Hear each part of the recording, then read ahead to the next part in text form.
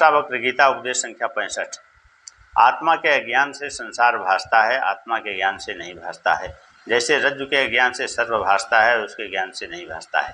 राजा जनक तो आत्मज्ञानी हो गए, जिससे उन्हें सारी सृष्टि आत्मा दिखाई देने लगी। इस सूत्र में वो सृष्टि में दिखाई देने वाली भिन्नता का कारण बताते हुए कहते हैं कि यह संसार भी आत्मा अथवा ब्रह्म स्वरूप ही है, क्योंकि यह उसी ब्रह्म से उत्पन्न हुआ है, किंतु यह उस ब्रह्म से भिन्न संसार जैसे भासता है। कारण उस आत्मा का ज्ञान नहीं होना है। जब तक आत्मा का ज्ञान नहीं होगा, यह संसार भिन्न प्रकार का प्रतीत होता रहेगा, अन्यथा यह संसार आत्मस्वरूप ही है। यह ऐसा ही है जैसे रस्सी के ज्ञान से सर्प दिखाई देता है। सर्प तभी तक दिखाई देता है जब तक कि रस्सी का ज्ञान न हो जाए, किंतु जब देख लिया कि यह रस्सी ही है, सर्प नहीं है, तभी सर्प की भ्रांति मिटती है। ऐसे ही यह संसार आत्मा के ज्ञान से ही भासता है। जनक ने दोनों स्थितियां दिखाई, अज्ञान की भी एवं ज्ञान की भी, इसलिए उनका कथन प्रामाणिक है। इस सूत्र की प्रमुख बात यह है कि जिसको आत्मज्ञान हो गया, जिसने आत्मा को जान लिया, उसका संसार छूट जाता है। संसार छोड़ने से आत्मज्ञान नहीं होता। यह सब भ्रांत धारणाएं हैं कि संसार को छोड़ो, यह माया है, मिथ्या है, भ्रम है, यह सत्य है।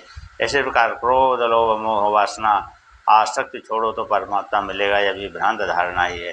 ये सब कथन ज्ञानी के अनुभव से आए हैं।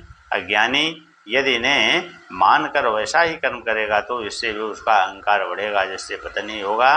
संसार, लोभ, मोह, क्रोध आदि छोड़ने की अपेक्षा यदि उसकी वास्तविकता का अनुभव जन्य बनाया जाए तो लाभ हो सकता है, अन्यथा नहीं।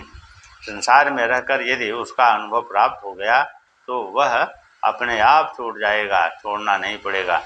यह संसार का सीखने की एक पाठशाला है। इसमें रहकर अंतःकरण की शुद्धि की जा सकती है, किंतु आत्मा को जानने की प्रक्रिया इससे भिन्न है। रस्सी को सर्प समझकर यदि भाग गए तो भ्रम दूर नहीं हुआ, वह भ्रम तो प्रत्यक्ष दर्शन से ही दूर होगा। इसलिए जनक जी कहते हैं कि आत्मा के ज्ञान से ही संसार भासता है, वह उसके ज्ञान से नहीं भासता है। दोनों में से एक को ही देख सकते हैं, आत्मा को या संसार को।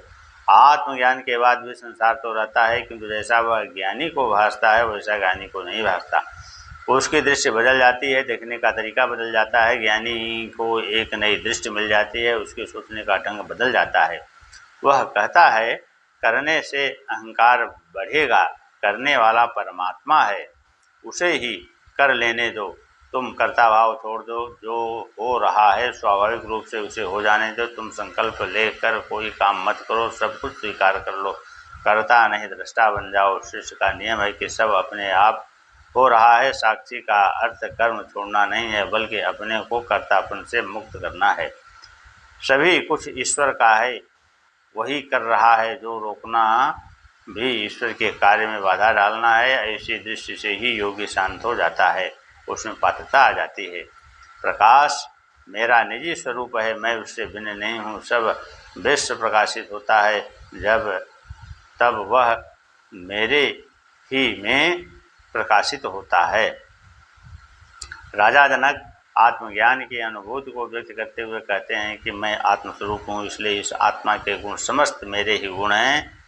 यह आत्मा स्वयं प्रकाश है, इसको अन्य प्रकाश की आवश्यकता नहीं है। यह जो वस्तुओं में प्रकाश दिखाई देता है, यह भी उसी का है। शास्त्रों में इसे ज्योतिषाम ज्योति अर्थात ज्योतियों की ज्योति कहा गया है। यह प्रकाश उसका स्वाभाविक धर्म है। जनक कहते हैं प्रकाश मेरा निज स्वरूप है। उस निराकार ब्रह्म का स्वरूप प्रकाश मात्र है। ज्ञान के क्षणों में जिस किसी को भी अनुभव हुआ, उसे पहले तीव्र प्रकाश दिखाई दिया। वह प्रकाश भी इतना तेज कि जैसे बाहर सूर्य एक साथ चमक रहे हों। यह समस्त संसार आत्मा के प्रकाश से ही, उसी के तेज से प्रकाशित हो रहा है। सूर्य आदि में भी यह प्रकाश उसी का है।